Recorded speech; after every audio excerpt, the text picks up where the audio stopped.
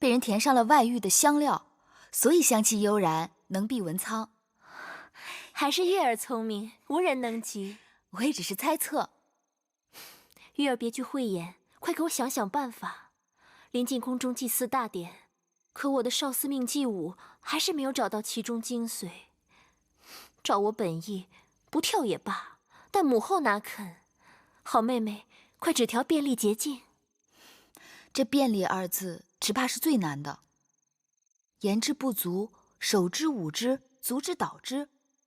你若能悉心體味少司命的入不言兮，出不辭，承回風息，在雲齊的超逸清雅，那一招一式便有了武城該有的雍容。要不，明日清晨，你我一塊兒去荷花池邊走走，看看風過荷葉，日映荷花，詩從自然，或許能有更好的感悟。好主意，綠蘿，明日一同去。好。大王，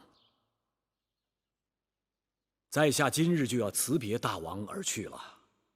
楚國的美食冠绝六國，大王今日特意赐宴在下，讓張儀口留餘香，真的有些捨不得離去啊。先生果然識得這人生真諦，食色性也。人生在世，最大的愉悅莫過於食色二字。今日這美食當前，焉能無美人相伴啊？美人？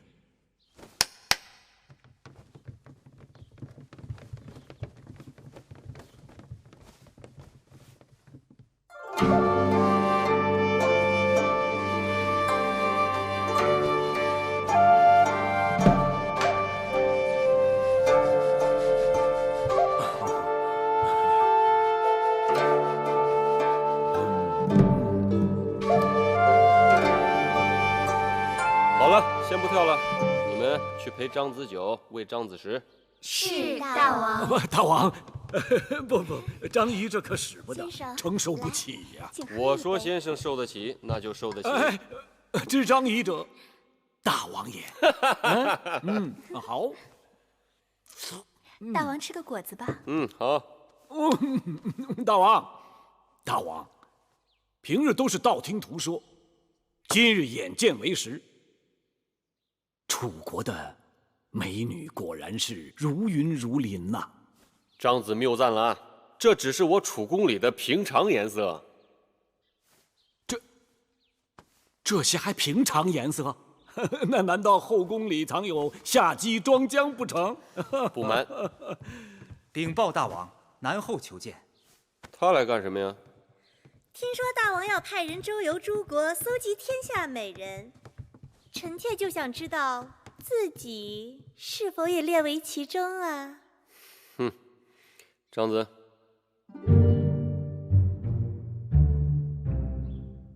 張子，張子，在下失禮，在下失禮。張子，你剛才行為為何如此怪異啊？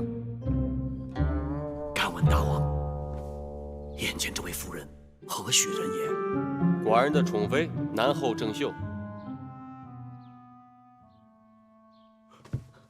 在下慚愧，在下无知，在下井底之蛙，在下真的是對不住大王啊！我不是，這張子，到底是怎麼一回事？你跟寡人說清楚。大王，在下在大王面前誇下海口，要為大王尋訪絕色美人，可方才一見南後，我就知道我大錯特錯了。我張儀喜向來也是遊遍列國之人，但從未見過一個人的容貌能和南後比肩。你說張儀的見識如此淺薄，竟然不知道天下最美的女子就在楚國的王宮裡。該死！張儀向大王請罪。張儀，大王囑托在下尋訪美人之事，恐怕有負重託，辦不成了。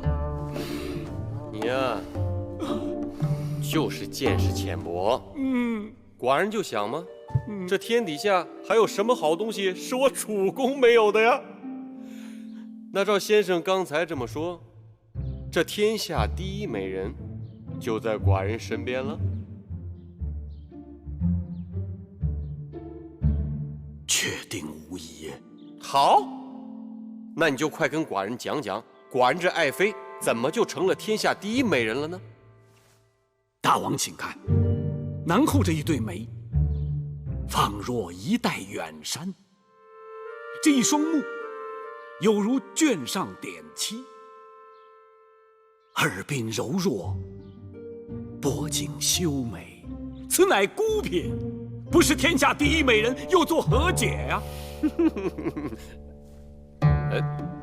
可是寡人記得那日在這大殿之上，先生所說的如百花似百寶，爭奇鬥豔，各有不同，又作何解啊？在下無言以對，這就將大王所賜千金即刻退回。哎，千金嘛，区區小事，寡人既然賜予你了，哪還有收回的道理啊？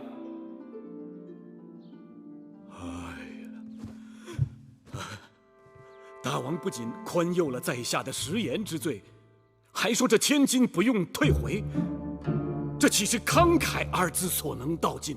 此乃君王之胸懷呀！似大王這般胸懷，不得天下有違天理呀！大王，張子，你好一張巧嘴！多謝大王。